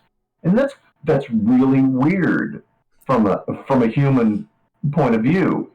It can be very unsettling the first time you experience too, and that can feel very disconcerting because it's not what we're used to. But when we're in these altered states of consciousness, the more we cling to the grounding of our human perspective, the weirder it seems, and we have to kind of emotionally reconcile that. If we allow ourselves to be ungrounded from that, we realize being able to see everything at once in all places in space and time at once is actually the most natural thing. It makes sense. It's logical at that point in time. Yeah. And the reason I ask this is because it goes back to the point that we was talking about, we're here in a physical body having this physical experience. But when we use plant medicines, while we're still in this physical body is still here. we're closer, at least in my opinion, and I'm not going to try to force my views onto other people, but I'm going to share my view, and you can agree or disagree. Or, Is that we are closer to being a free spirit and in a spirit realm and in a spirit zone where we are seeing things from that perspective, not necessarily limited by this human form and this human body, that we're getting closer to what we would have in a transcendent spiritual state, where we're just that pure energy, that pure cosmic energy, returning back to that cosmic fold. and so when we're having our material experience, we ask ourselves, where does it all come from? Well, having those experiences of altered states of consciousness, um, that feels like a glimpse of where it comes from, of potential, endless, limitless potential. And so when we ask ourselves, well, why do teachers like Yeshua tell us to pray the way he says to pray? He says, Our Father in heaven, hallowed be thy name, thy kingdom come, thy will be done on earth as it is in heaven. Well, it sounds just like obvious. Well, God's going to put on earth what is there in his world. Well, wait a minute.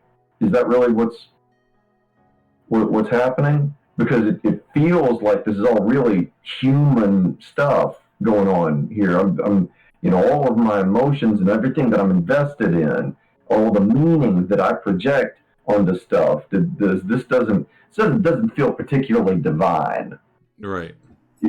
and that's because we carelessly imagine that God only provides pleasant things. And we forget that the scriptures also say that I, the Lord, thy God, make the light and the darkness. I make peace and create evil. I, the Lord, do all these things. So it doesn't matter where these things. There are not multiple powers in the universe. There's not the forces of dark and the forces of light. There's not God and the devil with equal powers opposing each other. That's all going on in our own head. Angelic thoughts and demonic thoughts are going on in our own mind. But that's not the reality of powers available to us. That's you could describe any belief in that there are multiple powers, that there's the forces of light and the forces of darkness, and that those are really true, equally powerful opposites. You can describe that as satanic.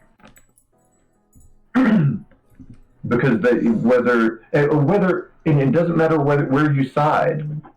It doesn't, just siding with the darkness is not all that I consider. If you're a Baptist preacher, and what you preach, what you teach, what you tell your congregation is that the forces of light and the forces of darkness are equal, and that you have to watch out for these forces of darkness because they're battling over your immortal soul, and that it might be possible that the darkness might win.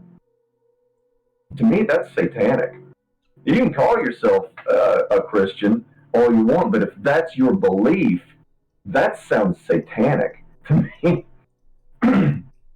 Because it's not true.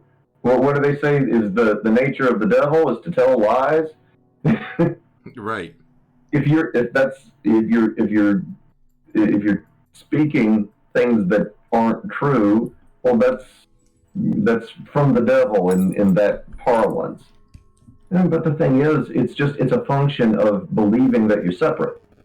Right. That would be the consequence of believing that you're separate. Is that the implication is that you're separate from God, and so you would imagine, well, there's at least, if you're separate from God, then there's at least two powers in the world. It doesn't matter that that they're not equal. You can say, oh well, God is this great power. I'm this little itty bitty small, infinitesimally, basically powerless power, but but mentally and capably, I'm separate from God. And that is the exact opposite of what your teacher, Jesus, or Yeshua the Christ, taught. Right. And I mean, it goes back to that poem from Rumi. You know, I went to find, I, you I know, looked for myself, and I found and I'm only God, God. and I went to find I looked God, for and I God, found only myself. only myself. It's hidden, and Jesus is very upfront about that. Yes, it is hidden. You have to be open to it. You have to be open. You have to open your heart to a change of belief. But it's not being open to the instructions from your culture. It's not a matter of going to church and wearing the right clothes and saying the right things and doing things the way you're. Yeah, I know. I'm talking blasphemy here. And again, I'm in gonna their lose own the whole Southern Baptist viewership in now. their own book, Jesus says, if you do these things, it doesn't mean a thing. It doesn't mean anything. It No. is empty lip service. So saying that you believe these things, saying that you know, and saying it over and over again, you know, what's the way it's put? Using much words as the pagans do, thinking that God will hear their prayers by the noise they're making. Again, that's putting it outside of your own consciousness. So, okay, there's probably going to be at least a few people in this conversation. They're like, "Oh, we were going to talk about the law of receiving." Well, yeah, we are. So here's the way this law works. You give, you put out, you plant a seed, and you let it go. Right. Here's the you ask any farmer, when you plant a seed, what do? You leave it alone. You give that seed to the ground. You put You it give that in seed the to the ground. ground. You water it. You pluck out the weeds around it. You tend the soil. You You take give it care a of it. fighting chance. But you don't plant a seed and then dig it back up every day looking to see whether or not it's germinating yet. Right. You got to let it get dirty. You got to let it stay wet and covered in the dirt. It goes. And so when It. Let's take this to another point. It goes into darkness before it can grow. yeah, Before it bursts through to the light. yeah. One of the ways that I think of this is okay, when I don't know if you remember this. When I was younger, we didn't have Amazon. We didn't that we didn't have the internet. I mean that would, if you had described life today, that would have been Star Trek. Hey, You know, I was about ready to mention Star Trek. Remember the communicators? They flip them open and they would talk to each other. That was sci-fi. right. And then And when now we got the Nokias, everyone, exactly. now literally But when we everyone got is like the carrying flip around. phones, it was so Star Trek when we got the flip phones. Yeah, yeah. And now we're Yeah. way beyond even that. These things No, are making everyone's carrying around a supercomputer in their exactly. pocket. That isn't just a supercomputer. It's a supercomputer that's connected to an internet that has access to all the world's information. Privacy is a thing of the past. Oh, and okay, that's a completely different discussion. We won't get on that anyway. But anyway, what I was getting at is it used to be we didn't have these things. So what did we have? We had the Sears catalog. Yep. We had the Sears catalog. It was about this thick, and uh, it was a window into stuff. Right. And and where I grew up out in the sticks. very rural where I grew up, but you could mail order stuff through the Sears catalog. Mm-hmm. But it wasn't as streamlined today as you know as Amazon is. Now we're like, oh, it's gonna be a month before because there's you know things are being slowed down from China, and so it's we're so used to this instant push button society. So if it Oh doesn't get in man. our mailbox within 4 days, we get impatient. But in that Sears catalog, in the order form, it would say, "Please allow 6 to 8 weeks for delivery." Absolutely. And the And so, reason I'm laughing is because I just ordered a book last night, and it said it wasn't going to be here until next week. And I'm like, man, why is it taking so long for it to get here? right, next week Yeah. we could all be dead by then. Here's the thing. So you put out your order into the universe. You say your prayer. You tell God what you want, and the order form says, "Please allow 6 to 8 weeks for delivery." But after a couple of days, you start getting antsy, and you start wondering, well, did God hear my prayer? Did my order go through? Well, I better place my order again, because God must have not have. He didn't hear me the first time, Where's that and customer service number? I need to check and make sure they got this right. right, and so we start all over again. We say, okay, I don't believe that God heard me the first time, so I'm going to place my order again. We place our order again, and again, the order form says, please allow 6 to 8 weeks for delivery. Well, so we stretch our patience out a little bit. We wait a few weeks, now instead of a couple of days. We're more patient now. But again, we start getting antsy. We start saying, well, my prayer hasn't been answered yet. God must not have heard my prayer. So we start all over again. Please allow 6 to 8 weeks for delivery. But this time, let me say it a little louder. We plant the seed, and we keep digging it back up, and we don't allow it to germinate. And if we don't allow it to grow on its own, it's never gonna bear fruit. And why would we do that? Because we worry and we doubt and we don't know how to trust.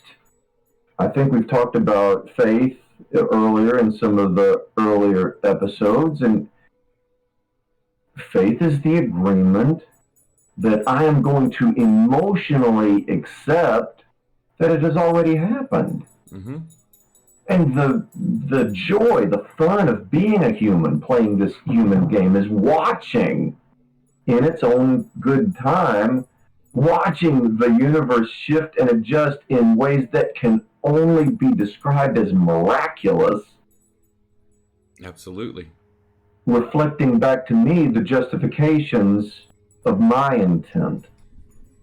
And if I don't have that intent, if I don't have that faith, then why should I expect something that I want miracles to happen? I want things to get better. I want to live a joyful, abundant, happy. I want to be happy.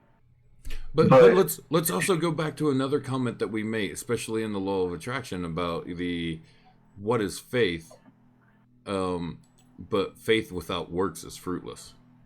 Yeah, faith without works is dead. Yes. And so I was going to say, because in the law of attraction, we talked about how doing certain things to bring things in, and we use this show as an example. Attracting in abundance and attracting in that financial security. And I use the example of the show as something that I have been working on to bring that about. And you can get lost in your dream world. Right. You can get lost in it. But what we talked about was, we used the example of, oh well, that's not attraction. He's not attracting anything. He's working for that. Right. Well, I have faith that this show will grow and become what it needs to become in order to be something that gives me the financial stability that I need to be able to pursue other goals and dreams and stuff that I'm wanting to work on down the road. And it without putting the work in, it's pointless. And so if I just believe that this show will do that, but I don't do anything to grow the show, if I don't plant those seeds and leave them be, and we had that conversation last month. Be honest, I haven't seen income come in from the show since then, but it's because that seed has been planted and it's in the process of growing. Yeah. Are you going to stop doing it? Huh? Are you going to stop doing it? Absolutely not. Because that would be a huge mistake. Absolutely Right? not. I mean, especially since I've got the whole next month and a half booked out. But I mean, it's you know, right now with this show, it very much is in that planting the seed phase. I'm building it. It's in that real initial point. It's not at the point where it's time to pluck the fruit. No, here's the thing that people must understand is that everything happens in a season. Mm-hmm. You plant in one season and you harvest in another season, but you don't plant and harvest in the same season. Right.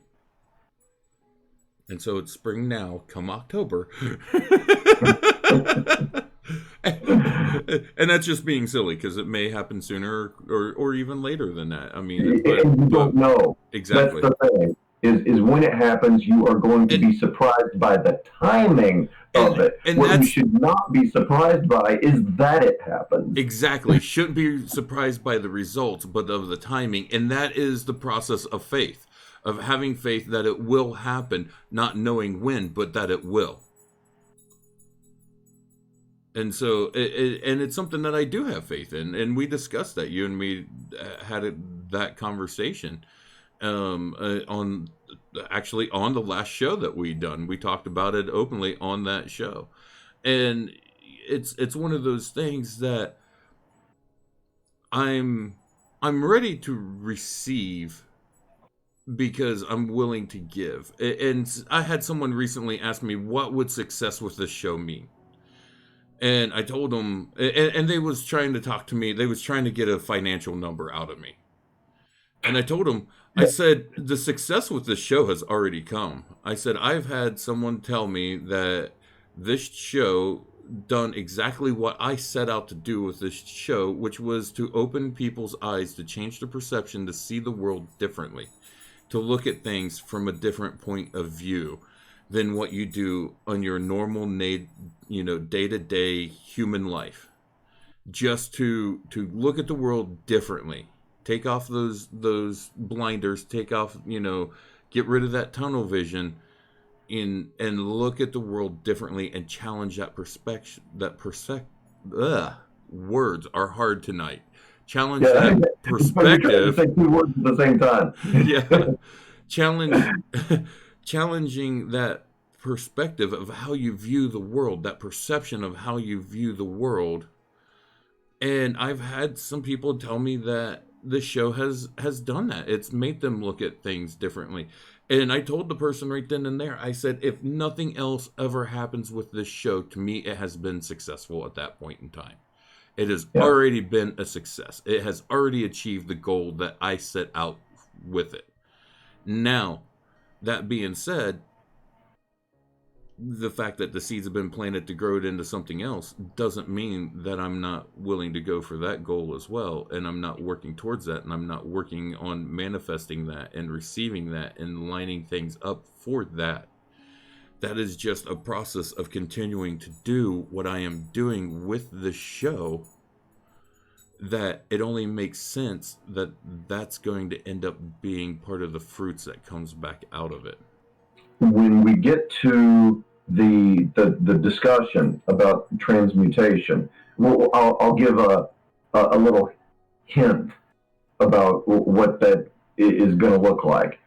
It the method of changing your experience has a lot to do with your vocabulary. Yes. It is the words that you tell yourself, and you don't have to say them out loud. You're thinking them, you're feeling them. Mm-hmm. Here's, and like I said, I assume you actually want to know. I assume that people are watching this show, people who are listening in, I assume you actually want to know things that you didn't know before. And I assume that you actually want to enjoy life more. But big assumptions, right?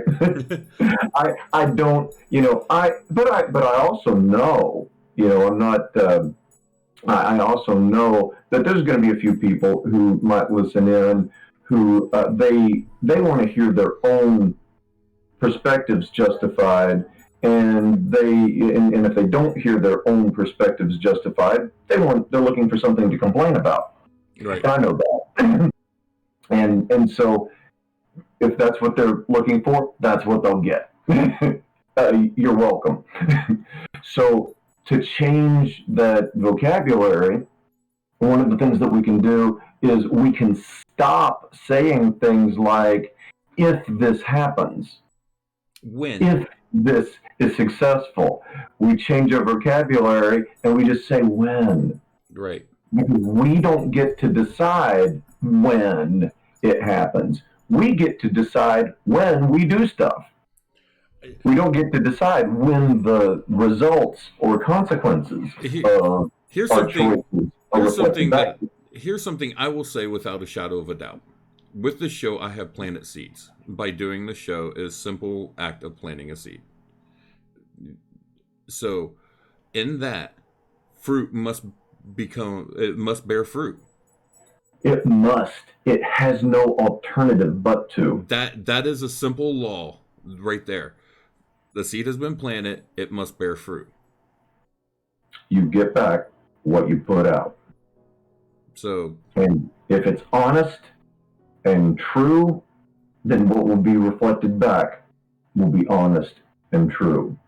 And if you put a lot of energy into it, if you put a lot of emotional investment into it, probably the quicker it will be reflected back. Well, trust me, I put a lot into this. There's a lot behind the scenes people don't see, but there's also a lot. I think some of you guys who are involved and who are close, you do see it and you do realize what all's going into it, and some of it's really really fun. Some of the, like earlier where we was having a few little technical issues. It was a little frustrating, but also a little fun at the same time because it's.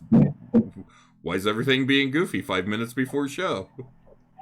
Well, you know how time flies when you're having fun. This has been a great conversation. We've eased up. We've passed the 2-hour mark. Well, only by a few moments though.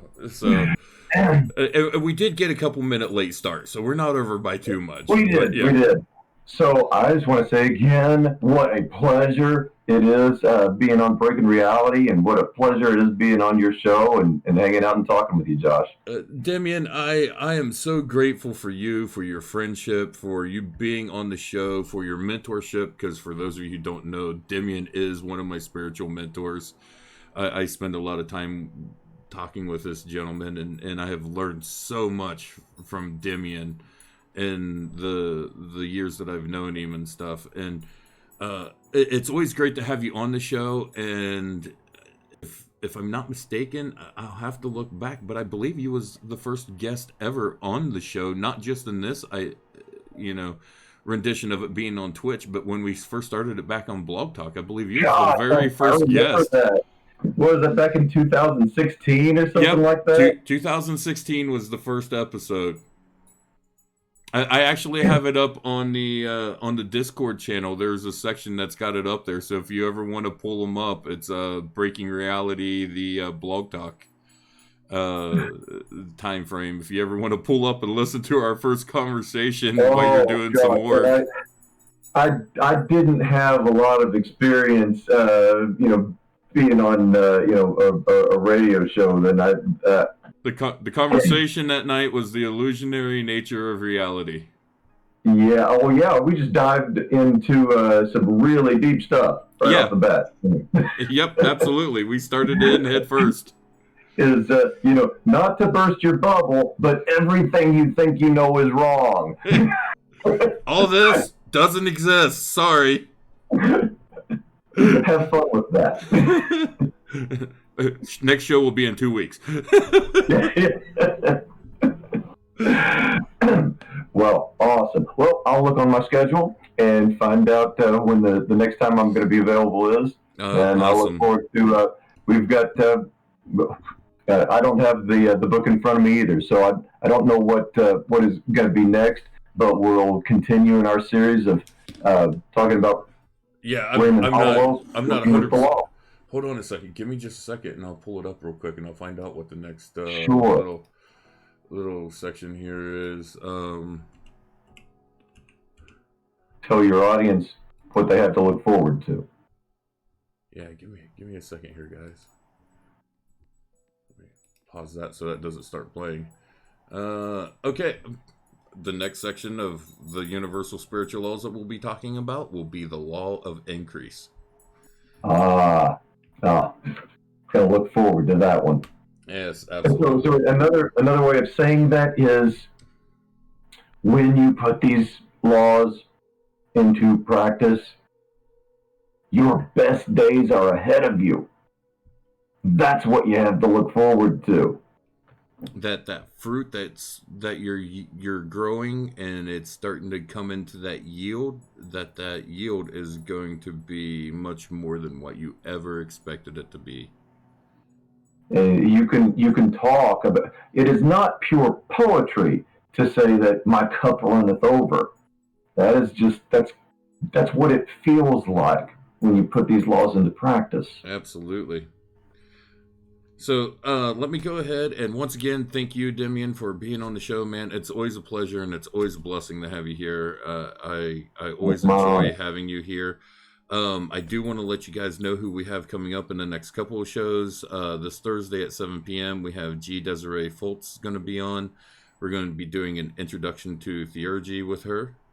On the 11th, Tuesday the 11th, Gene Kaler's going to be back. Gene was on the show last week. He's going to be coming back again on the 11th. We haven't narrowed down the topic of discussion for that night, but Gene's going to be on the show, and whatever we discuss is going to end up being great. And then on Thursday the 13th, I mentioned it that Michael Bai was going to be back on the show, and we're going to be discussing hermetics that night. So we're going to get into some discussions about the Emerald Tablets, Hermes, Thoth, and some of the stuff that goes along with that. So we're going to get into an introduction into hermetics, which ultimately will tie into the conversation with Demian when we start talking about alchemy, because hermetics and alchemy tie into each other deeply. Yeah. So, but once again, I want to thank everyone for being here tonight. Thank you, Demian, and we will see you guys on Thursday night. Everybody have a good night and be blessed. Be blessed.